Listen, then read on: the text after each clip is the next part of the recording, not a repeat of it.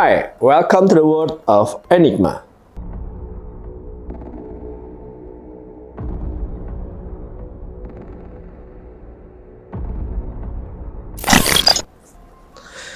Gimana kabar kalian semua? Semoga dalam keadaan sehat-sehat selalu tanpa kekurangan apapun. Kali ini kita akan membahas kematian seorang model dari Mongolia di Malaysia. The game is on. While politics and skullduggery are frequent bedfellows in most countries, it's hard to believe the extent of the intrigue and corruption in the Malaysian government. Seorang model bernama Altantuya Saribukin, kematiannya lebih dari 1 dekade lalu meninggalkan misteri tak terpecahkan. Jasad perempuan ini tidak pernah ditemukan dan ia dihabisi secara sadis. Berdasarkan laporan polisi, Altantuya disebutkan ditembak 2 kali sebelum jasadnya dimusnahkan dengan diledakkan menggunakan bom C4 untuk kelas militer. Kematian misterius wanita kelahiran 1978 itu bermula saat dia tiba di Malaysia pada tahun 2000 lalu. Ia pergi ke negara jiran tersebut usai gagal meniti karir di dunia modeling. Dan Altantuya pernah sekolah model di Paris.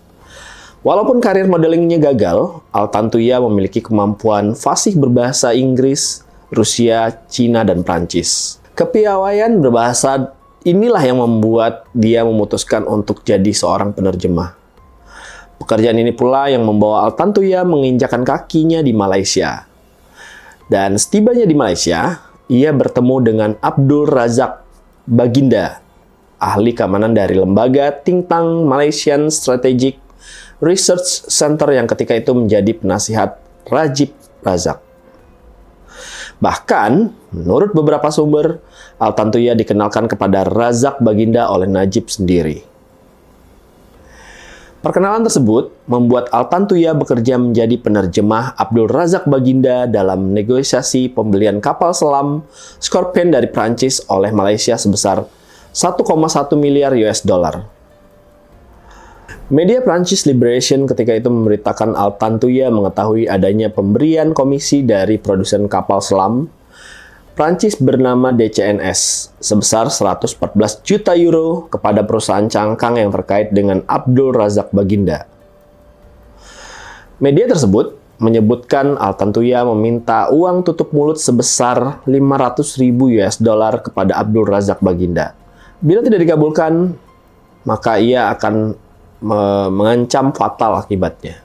Altantuya mengancam membongkar praktek korupsi pembelian kapal selam Prancis dan sumber lainnya mengatakan uang itu diminta Altantuya kepada Abdul Razak Baginda. Jika tidak, dia akan mengungkapkan perselingkuhan mereka ke istrinya.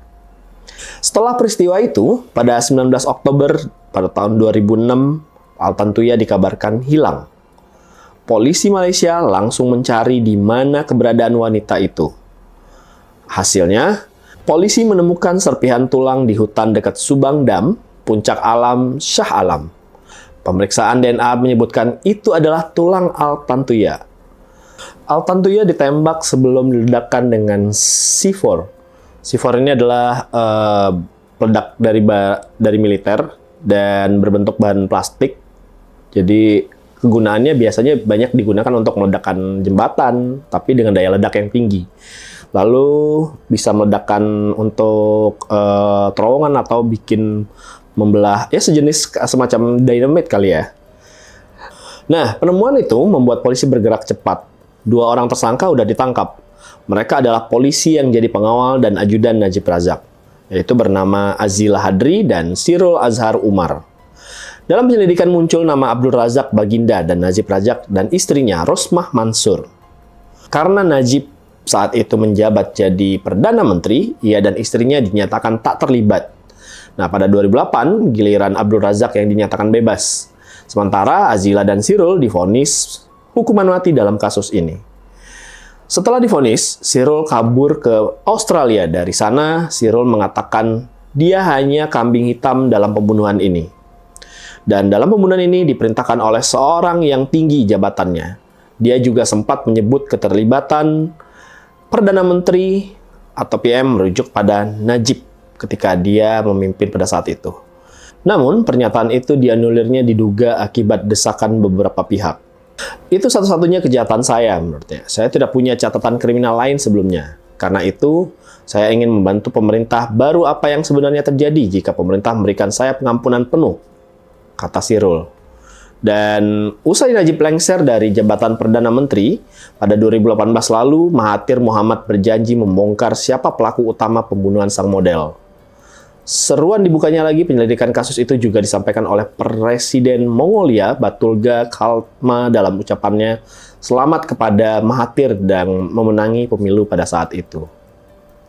Nah, menurut teman-teman, apakah benar mantan Perdana Menteri Malaysia tersebut yang membunuh Altantuya, atau ada kasus lain yang membuat kematian seorang model Mongolia tersebut? Jangan lupa komen di bawah, like, share, dan subscribe. Saya Gaskap, see you in another case. Saya tidak pernah mengharapkan mana-mana individu untuk membunuh seorang wanita warga negara Mongolia yang bernama Altantuya Sharifu.